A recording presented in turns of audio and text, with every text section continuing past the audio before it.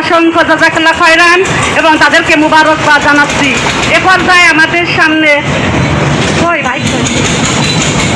গ্রামের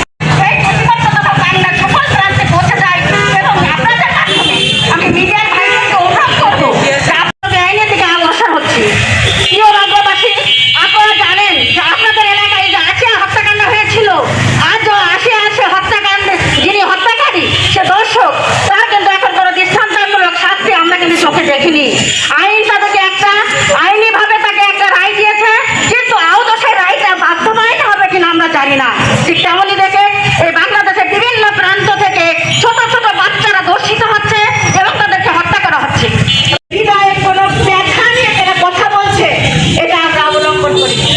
আমার প্রিয় দেশবাসী, সকলের প্রতি আমার উদাত্ত আহ্বান, এই অন্যায়ের প্রতিবাদ যদি আমরা ঘরে ঘরে জানাতে পারি, ঘরে ঘরে যদি উদাত্ত আহ্বান জানিয়ে প্রত্যেককে আমরা মাঠে নামিয়ে আনতে পারি, তাহলে জনসমক্ষে যদি একটা বিচার সংগঠিত হয়, তাহলে সাধারণ মানুষগুলো তারা বুঝে যাবে যে আমরা যদি এই অন্যায়ের আওতায় আসি, তাহলে আমাদেরকেও ঠিক এরকম শাস্তি পেতে হবে।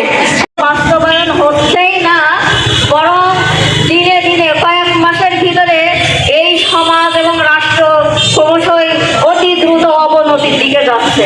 এটা খুবই ভয়ঙ্কর ব্যাপার এবং খুবই হতাশাজনক আমাদের কাছে।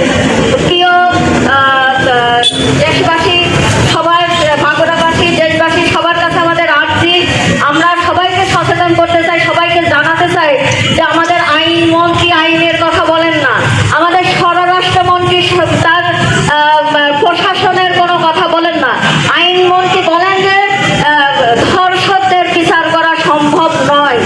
এত বড় দৃষ্টান্তমূলক অপরাধ, অত্যন্তপূর্ণ কথাবার্তা, এত বড় বেআইনি কথাবার্তা আইনমন্ত্রী হয়ে বলেন, যেটা